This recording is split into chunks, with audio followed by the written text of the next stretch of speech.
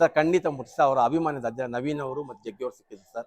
ಯಾಕಂದರೆ ಇವಾಗ ಸುದೀಪ್ ಸರ್ ನನಗೆ ಎಲ್ಲೇ ಸಿಕ್ಕಿದ್ರು ಏನು ಯಜಮಾನ್ರೆ ಚೆನ್ನಾಗಿದ್ದಾರೆ ಅಂತ ಮಾತಾಡ್ತಾರೆ ಹೊರತು ಇವತ್ತು ನಾವು ಏಕವಚನದಿಂದ ಮಾತಾಡಲಿ ಇಲ್ಲ.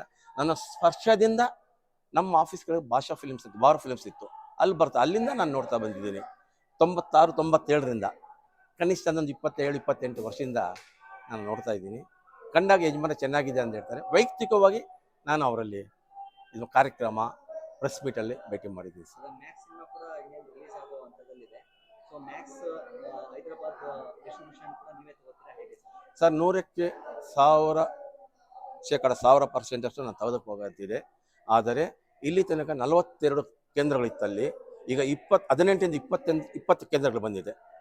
ಈಗ ನಮ್ಮ ಅಲ್ಲಿನ ಏನು ಕಲೆಕ್ಷನ್ಸ್ ಬರುತ್ತೆ ಅದ್ರ ಮೇಲೆ ಒಂದು ಕ್ಯಾಲ್ಕುಲೇಟ್ ಮಾಡ್ತೀವಿ.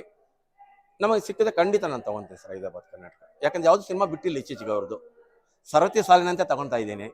ಸೊ ಅದನ್ನು ತೆಗೆದುಕೊಳ್ಬೇಕಂತ ಒಲವಿದೆ ಸರ್. 1.5 ವರ್ಷ ಆಯ್ತು ಸುದೀಪ್ ಸರ್. 2 ವರ್ಷ ಆಗೋಯ್ತು ಸರ್. ಹೌದು. ನಿಮ್ಗೇನಾದ್ರು ಬೇಸರ ಇದೆಯಾ ಸುದೀಪ್ ಅವ್ರ ಸಿನಿಮಾ ಯಾವುದು ಬಂದಿಲ್ಲ ಇತ್ತೀಚೆಗೆ ಅಂತ?